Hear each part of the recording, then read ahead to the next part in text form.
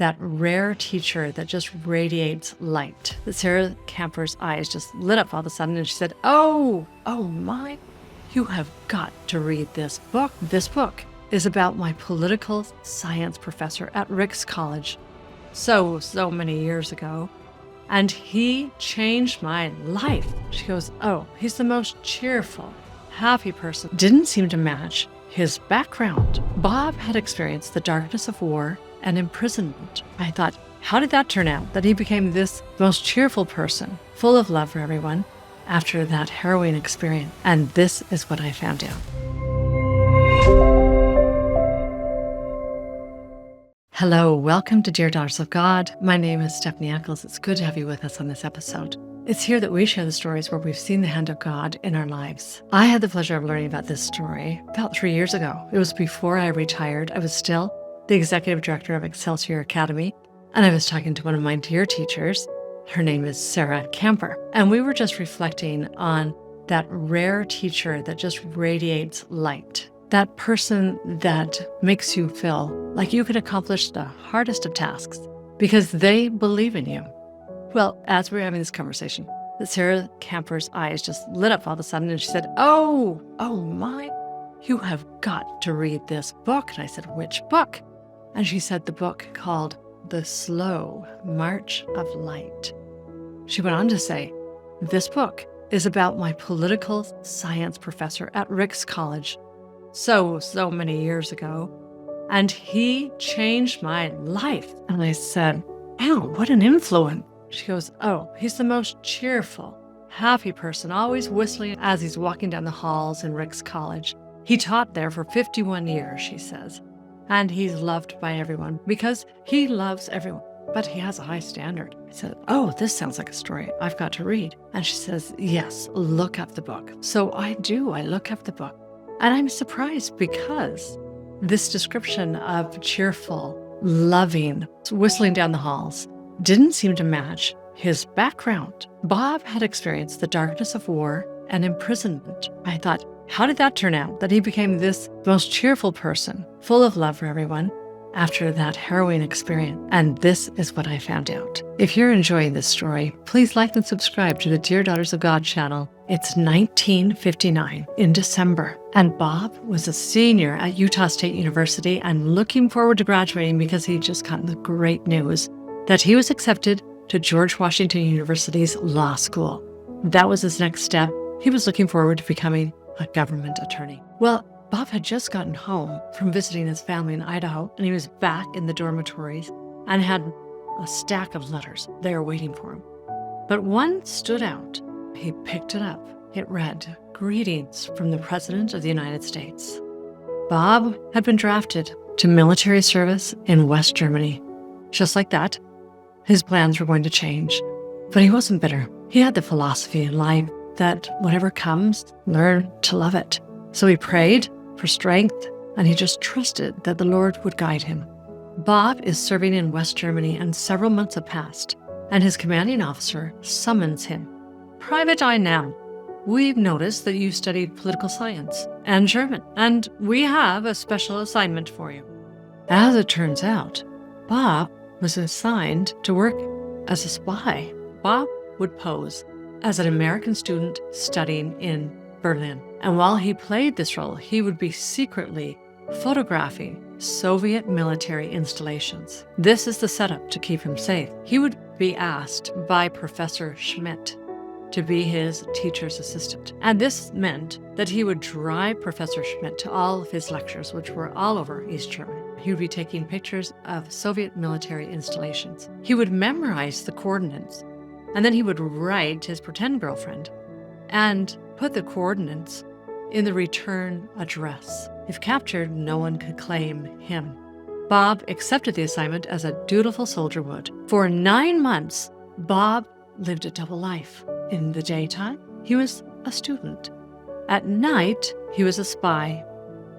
On a drive home from Professor Schmidt's lecture, with Professor Schmidt in the car, as always, the East German police suddenly stopped the car, and both soldiers came just to Bob's side. That part was unusual. They yanked Bob out of the car and slammed his body against the hood.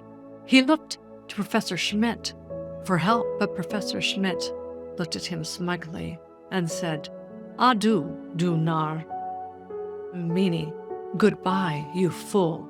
Bob was handcuffed. His bag was put over his head and he was tossed into the back of a truck. They drove for hours. There he was, cold, alone, with his imagination going wild as to what would be next. When the truck stopped and they started walking Bob down, he realized he was entering a prison.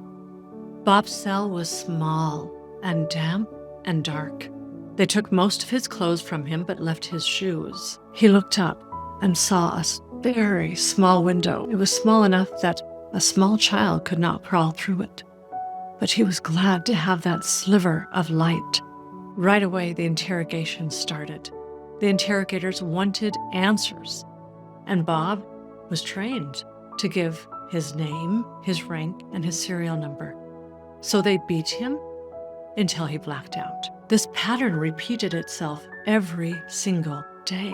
Many weeks had passed. He had never seen another prisoner. Psychologically, Bob was adrift. He was lonely.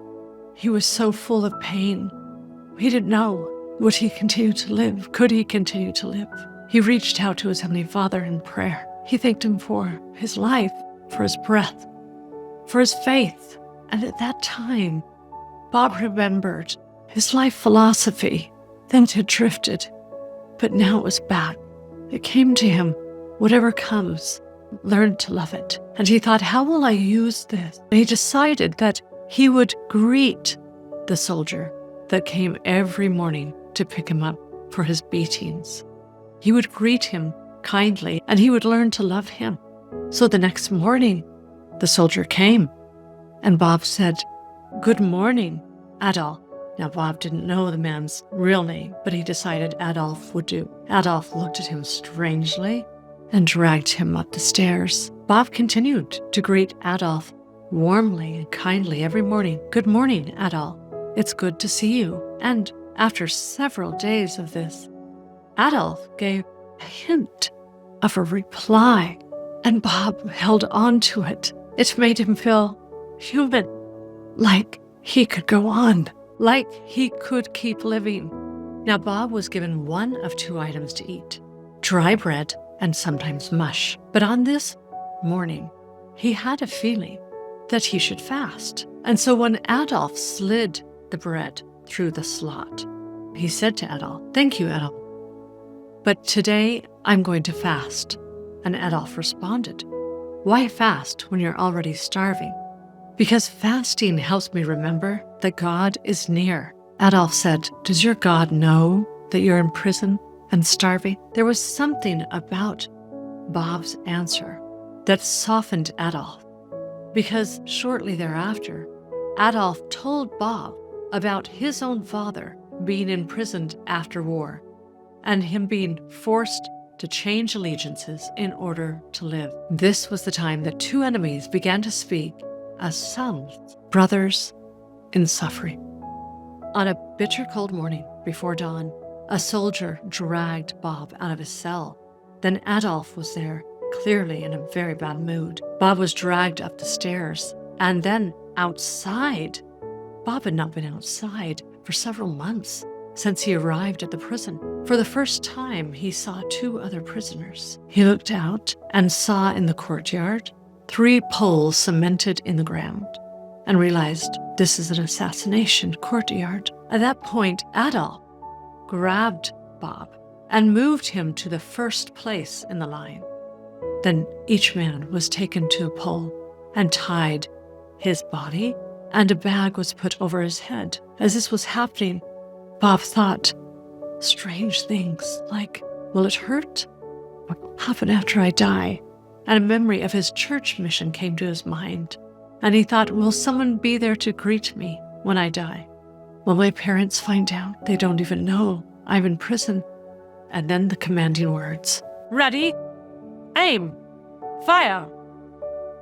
The silence. Bob's bag was pulled off his head. The ropes slipped down to his ankles. He saw the 2 prisoners dead. Adolf had saved Bob's life. Days later, Adolf said to Bob, "Today you will have a shower." Bob thought, what is the occasion? He hadn't had a shower since he arrived at prison and was thrilled to have one. Adolf said, "You will have new clothes."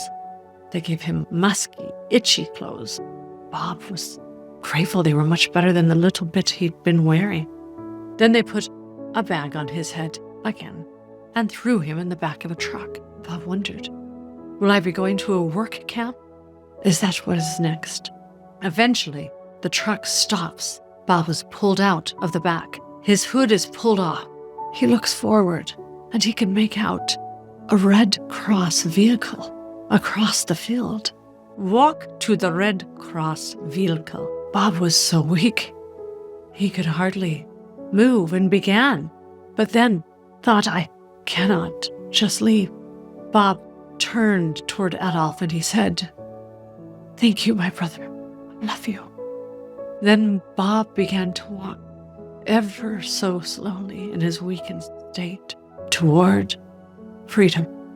Bob was now in an American military hospital with real food and a bed. And every day they would do tests on Bob.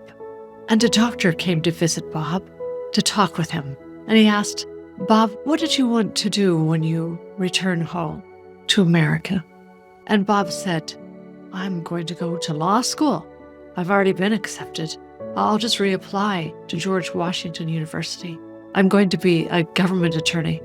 The doctor looked dismayed and said, "Bob, do you recall that you told us that every day the interrogators would beat you until you blacked out?" Bob said, "Yes." He said, "When you blacked out, Bob, those were concussions. And you've had many, many concussions. And those concussions have had a negative effect on your mind.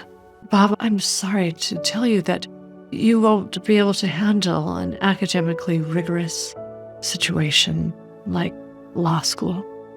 Bob paused and felt sorrow for a moment, and then he chose peace. Bob returned to Utah State University and he finished his bachelor's degree. He was able to complete a master's degree while there. When he finished, an acquaintance said to him, "You know, there's a 1-year teaching position at Rick's College. Would you like that?" And Bob said, "Oh, yes, but he wondered, what could anyone learn from me?" Well, Bob took that 1-year teaching position at Rick's College, and it turned into 50 more years.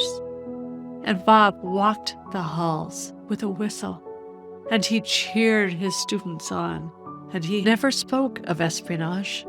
He taught goodness. Bob embodied light. Bob had been home from the war maybe 15 years or so, and a letter arrived. It was a very simple letter, only a few lines. "Bob Inama, I don't know if this letter will reach you, but I have never forgotten you. My family and I have joined your church, the Church of Jesus Christ of Latter-day Saints. Once a month, I fast for you. You have my friendship for eternity. Adolf." Tears came to Bob's eyes, and he thought of Adolf, his true friend in Germany. Grace had completed its circle. Years later, Elder Joseph B. Worthland spoke in General Conference. His sermonette was called, "Come What May and Love It." When Bob heard those words, the Spirit whispered that they described his own life. In the book, The Slow March of Life, the preface and the final chapter carry this same phrase. Bob felt that Elder Worthland had spoken Bob's language of faith. Elder Worthland said, quote, "When I was young, my mother said, 'Joseph, come what may and love it,' unquote." He went on to say, quote, "Whenever my steps led through seasons of sadness and sorrow, those words often came back to me. Come what may and love it," unquote. Elder Worthland taught that joy and sadness can exist together, and that adversity can refine compassion. Those words fit Bob perfectly. He met betrayal with forgiveness, captivity with kindness, and suffering with gratitude. He became a teacher of quiet joy. Elder Worthland also said, quote, "The way we react to adversity can be a major factor in how happy and successful we can be in life," unquote. Bob's reaction was faith. Through hardship, he discovered Christ's companionship. When I think of Mrs. Camper's professor, Bob Inama, the man who whistled down the hallway and lifted weary students, I realize his joy wasn't naive. It was earned. He had learned that peace doesn't depend on circumstance. Rather, it depends on faith in Jesus Christ. Elder Worthland said, quote, "The Lord did not spare his own son. Surely he will not spare us, for that would rob us of growth and eternal progress," unquote. Like Elder Worthland's mother, he lived by that simple phrase, "Come what may, and love it." So to everyone facing darkness and disappointment, remember Bob's example. God may not remove every trial, but he will transform the heart of those that trust him. May we face our own storms with that same faith, to meet whatever comes and love it. For now, I will say farewell until we meet again.